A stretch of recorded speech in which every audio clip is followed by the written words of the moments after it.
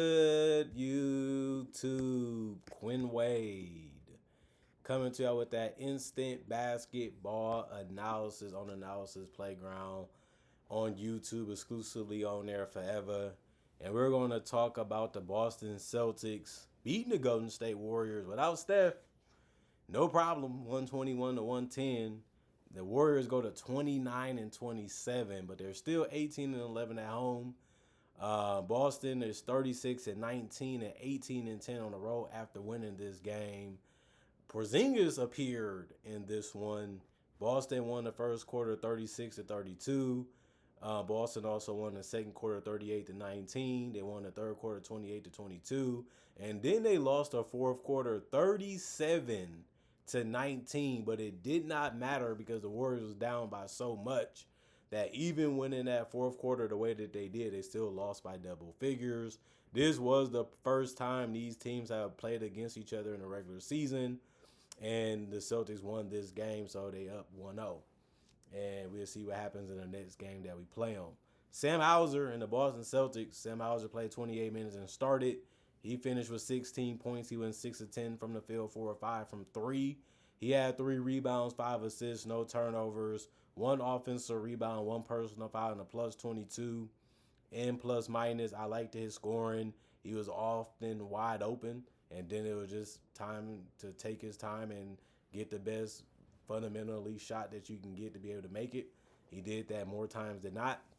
And if he didn't have a shot that he liked, he kept the ball moving, which is how this team plays. Kada was the benefit of a lot of good passes. He just had to finish strong and fast. He went 4 of 6 from the field and had 9 points. He went 1 of 2 from the free throw line. He did have 6 rebounds, 1 assist, no turnovers, and 2 steals.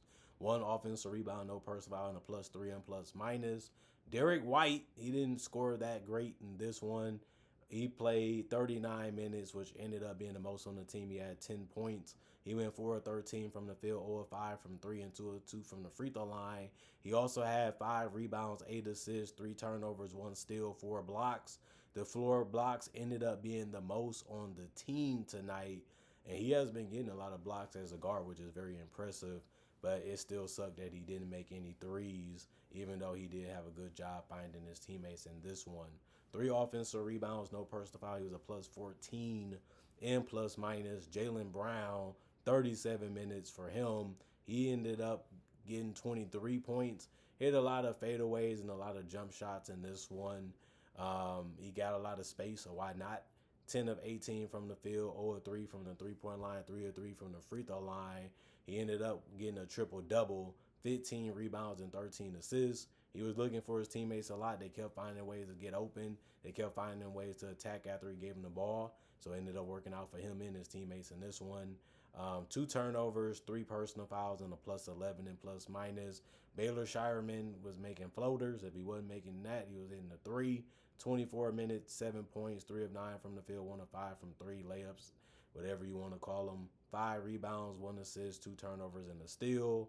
2 offensive rebounds, 1 personal foul, and a 0 and plus minus. Nikola Vucevic, 28 minutes, 9 points, 4 of 9 from the field, 1 of 2 from 3, 5 boards. No turnovers, 1 steal, 1 block, 3 offensive boards, 1 personal foul, and a plus 17 and plus minus. He can score that basketball. You know he can do it around the rim. He has an outside touch, and he's a good rebounder, and he's showing that he's committed to playing a little bit more defensively, and that's what the Celtics need, and he provided that in this one. Luka Garza played 2 minutes and still hit a 3, got a rebound, and also had no turnovers and no personal fouls. It was a minus 9 and plus minus. The guy that really helped the team flow and play well offensively especially was Peyton Pritchard.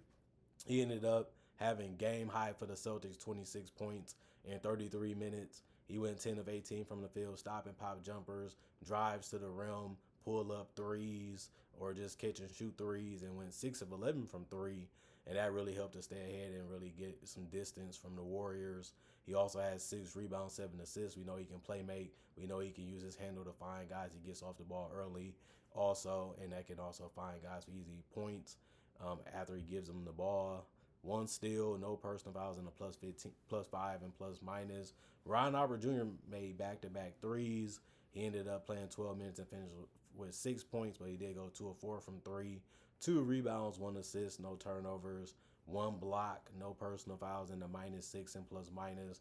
Jordan Wash played 7 minutes. He ended up getting 5 points. He went 2 of 2 from the field, 1 of 1 from three.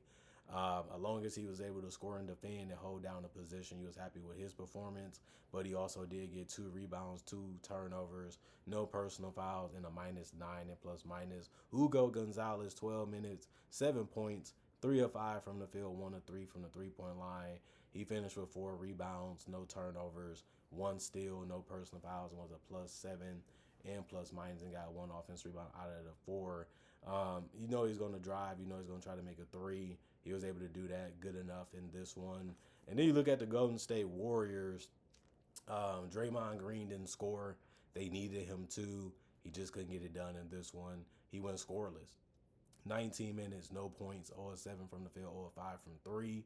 He actually didn't have a lot of assists either. He finished with 3, but he also got a turnover, and he did have 2 rebounds, no personal foul, was a -28 and plus minus. Guy Santos, 32 minutes, 17 points, 6 of 14 from the field, 5 of 9 from three, 6 rebounds, 2 assists, 2 steals, 3 offensive boards, 4 personal fouls, and was a +8 and plus minus. I love what he has been doing for them, just being a good interior scorer when it's needed and just knocking down the perimeter shots when he's open and just rebounding at a high level and trying to make plays defensively as much as he can.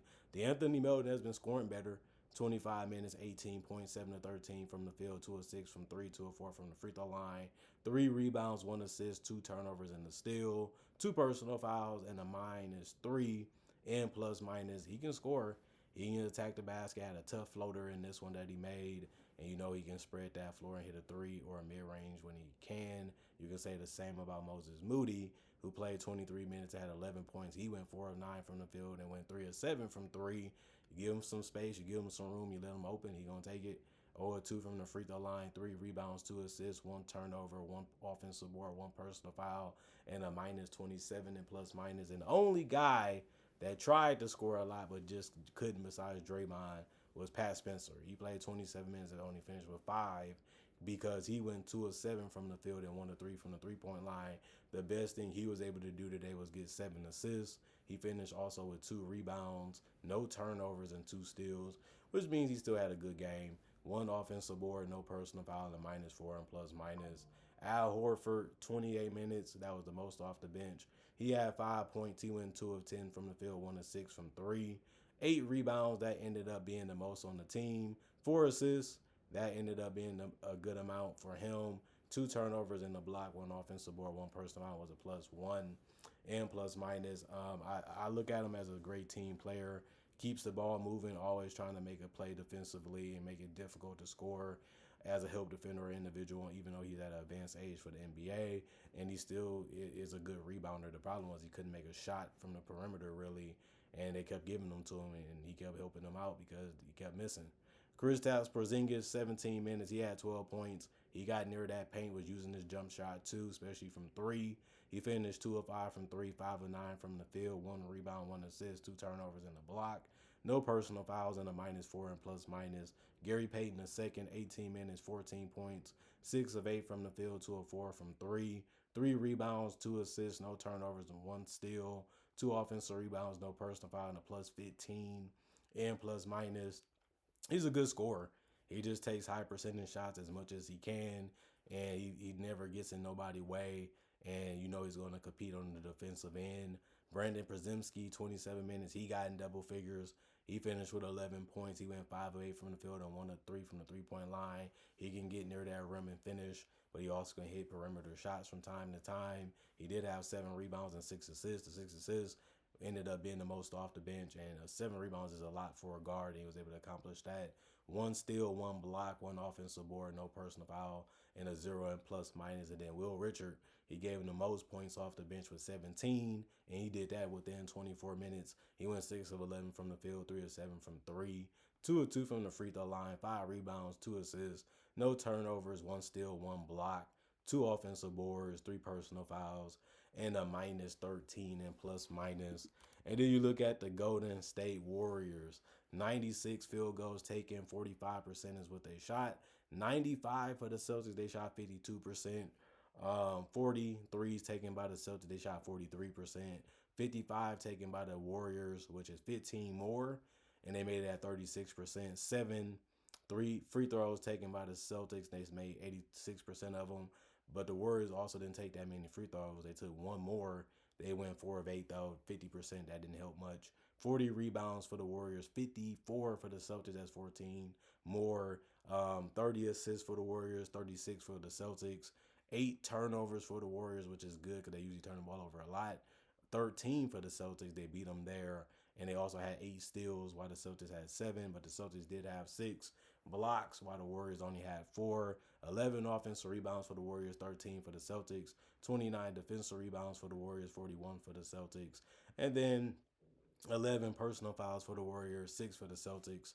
And the Celtics, they came in and really dominated the game, especially after the second quarter and in the second quarter. And they was able to relax and chill a little bit. The Warriors made a run. They started making some threes. They started getting some stops. They kept moving the ball. They kept trusting each other and playing off of each other. But they never really scared the Celtics enough to where they felt like they was going to lose it. But, when you at home, it can be that way. They don't really give up on you. They don't really quit on you. They don't really want to see you get blown out. So they made it respectable by the end of the game. But they never was going to win this one. And I'm a Celtics fan, so I'm happy we won it. We got it done. This was a game we should have won, and we should be happy that we won it. Even though, we did have some let up in that fourth quarter. But other than that, it was a good game still. Comment, like, subscribe, and share. Hit that notification bell to get the analysis when it first come out. Y'all stay blessed up. Y'all stay good. Peace. And I'll see y'all later today with more analysis.